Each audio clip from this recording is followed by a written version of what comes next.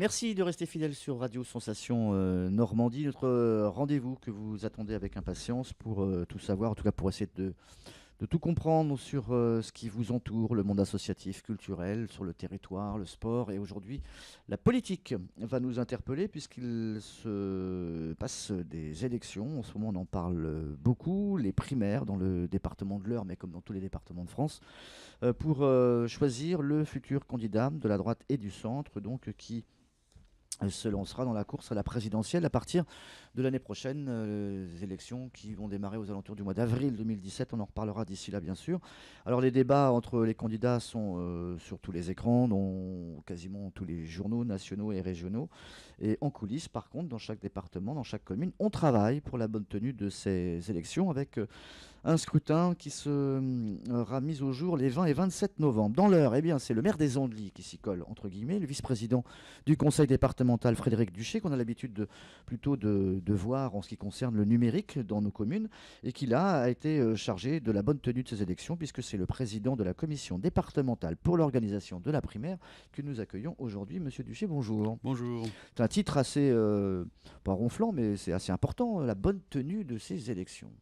Il faut que ça se passe correctement, il ne faut pas qu'il y ait de difficultés, surtout dans un département où l'un des candidats est élu. D'accord. Alors la bonne tenue, ça veut dire que pour vous, c'est du taf, c'est du boulot, c'est administratif, c'est quoi? C'est beaucoup d'heures C'est beaucoup d'heures passées à remplir des tableaux, à rencontrer des gens, à faire de la formation auprès des présidents de bureaux de vote pour leur expliquer comment ça va se passer. Il y a 92 bureaux à monter sur le département de l'Eure, donc c'est pas une mince affaire. D'accord, 5 circonscriptions, pardon, plusieurs bureaux de vote dans chaque circo, comme on dit, 15, 19, 20 à peu près. Alors 19 par circonscription, à l'exception de la deuxième circonscription qui n'en comportera que 16. D'accord. Alors chaque circonscription donc a ses bureaux, chaque bureau est ensuite divisé en secteurs, c'est ça, comme Oui, dans les élections classiques, tout à fait. avec des assesseurs, des présidents de bureaux qui sont nommés. Des présidents de bureaux de vote qui sont nommés, absolument, et des assesseurs également désignés. Un président et 3 assesseurs minimum par bureau de vote. D'accord. Donc ça fait, moi je crois pour la circonscription qui concerne Bernay, ça fait 200 personnes. Est-ce que c'est un chiffre qui est gonflé ou pas du tout? Non, c'est à peu près ça. Ça dépend des bureaux. Il y a des bureaux où il y a 6 assesseurs, et puis des bureaux où il y a 15 assesseurs. Donc on doit être à peu près autour de 150-200 personnes, effectivement, sur la 3e circonscription. Donc sur Bernay, 3 bureaux. Il y a l'école Bourg-le-Comte avec Pierre Robillard, donc, qui est l'un des responsables de bureau. Pierre Bibet qui lui va gérer le centre-ville, entre guillemets. Et Francis Viez pour le quartier du stade. Des élections qui coûtent de l'argent. Et c'est pour cela, en fait, qu'on pourrait trouver bizarre, mais les gens vont devoir payer pour aller voter.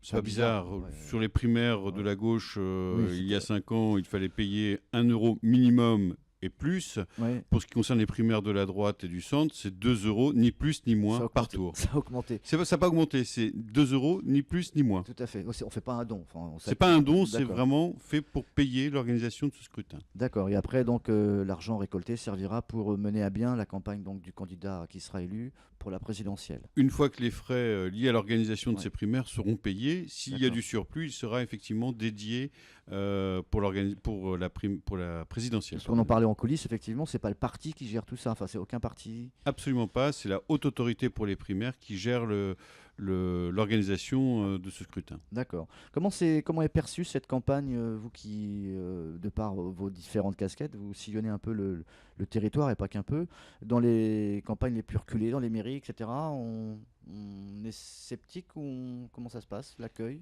L'accueil est très bon. Les gens sont dans l'attente, de ce scrutin parce que voilà, il y a, comme dit la presse, le risque ou l'avantage de désigner peut-être le futur président de la République. Et donc les gens s'intéressent naturellement. Il n'y a qu'à voir les scores d'audience qui ont été faits sur les débats aux primaires, le nombre de pages visitées sur le site www.primaire2016.org, près d'1 million de visites pour trouver son bureau de vote, 60 000 inscrits pour les Français de l'étranger sur le vote électronique. Vous voyez bien qu'on a quelque chose qui intéresse l'électeur national. En ce qui concerne les candidats nationaux qui se présentent là pour cette primaire, est-ce que dans chaque commune, on sait véritablement pour qui on va voter, ou alors on reste encore un peu dans l'image d'Épinal du bon français. Ça va être le candidat qu'on voit le plus médiatique, et celui qui nous inspire le plus de sympathie. Parce que là, vous êtes 7, c'est ça? Il y a 7 candidats, exactement, Dont une dame. dont une dame, Voilà. Mme Kosciusko-Morizet. Morizet. Est-ce que vous pensez que, sans citer de nom, ça va être un duel? Ah bah ça finira de toute manière sur le deuxième tour par un duel. Mais déjà dès ce premier tour des primaires? Moi, je vais pas commenter les commentateurs. Donc le duel est déjà annoncé Dans par tout le l'esprit, monde. ouais. Je n'en sais absolument rien. Vous savez, on est à l'abri d'aucune surprise. Je vous rappelle juste que Dominique Strauss-Kahn devait être le prochain président de la République et qu'il a eu un accident de parcours en plein milieu. Donc vous savez, la politique dont Oui. on connaît les résultats à l'avance, Tout à moi fait. je ne sais pas. Vous, par contre, vous êtes maire d'une grande ville, est-ce que la Modeste, 8000 habitants. des Andelys, la perception de cette élection, elle est différente, qu'on soit aux Andelys ou qu'on soit à Corche-Saint-Nicolas ou à Routot ou Alors, dans une petite commune je pense que la primaire est plutôt un au niveau du scrutin d'urbain, battage, voilà. où soutiens. l'urbain a plus l'habitude d'être dans ce type de scrutin. Au niveau, dans la ruralité, ce sera peut-être un peu plus compliqué à expliquer aux gens, d'autant qu'ils ne trouveront pas forcément leur bulletin, leur bureau de vote dans leur mairie, puisqu'il y a des regroupements qui sont faits et qu'on peut trouver sur le site que j'ai indiqué précédemment. Donc il va falloir se déplacer. Il va falloir se déplacer. Est-ce que vous allez faciliter la tâche de chaque électeur, chaque votant? Des navettes vont se mettre en place ou pas du tout? Non, il n'y a pas Pour de l'instant, il y a navette ne prévue dépense pas pour des d'argent. coûts d'organisation qui ne seraient pas possibles. D'accord. Vous, à titre personnel, vous avez rencontré, je dis pas les responsables politiques de haut plan, mais même certains, on est obligé de les croiser dans le département de l'Eure, mais les supporters de chaque candidat, ou pas du tout? Ou est-ce qu'on vous influence? Vous restez le bon ami, en tout cas l'élu neutre jusqu'à la fin?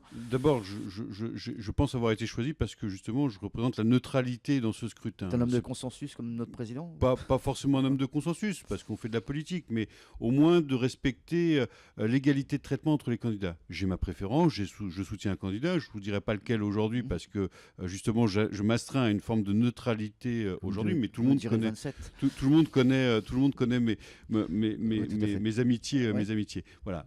Je préside une commission où il y a toutes les sensibilités qui sont représentées. J'ai des représentants de Nicolas Sarkozy, de Bruno Le Maire, de Copé, de Mme Kosciusko-Morizet. J'ai tout le monde autour de la table. Notre rôle, c'est de montrer un peu de maturité justement sur ce scrutin et d'éviter les petites phrases assassines. Entre nous, ça n'a pas vraiment grand-chose. Le 27 novembre, nous n'aurons plus qu'un seul candidat derrière lequel il faudra nous ranger pour pouvoir gagner la présidentielle derrière. Est-ce que votre rôle aussi, c'est un peu de cimenter les dissensions qu'il peut y avoir entre centre et droit? En ce moment, vous sentez que une étincelle pourrait... Non, je ne rentre pas dans ce genre de débat sur l'organisation de la primaire. Chaque temps, je vois bien à quoi vous voulez faire référence, mais c'est pas le moment. C'est pas le moment, d'accord. Donc vous la sentez bien, elle sera gérée de la meilleure façon possible, puisque c'est donc vous qui en avez la responsabilité. Est-ce que vous êtes tout seul à travailler là-dessus, ou est-ce qu'il y a beaucoup, enfin pas beaucoup, vous avez une équipe derrière? Heureusement que je ne suis pas tout seul, ça serait beaucoup pour un seul homme.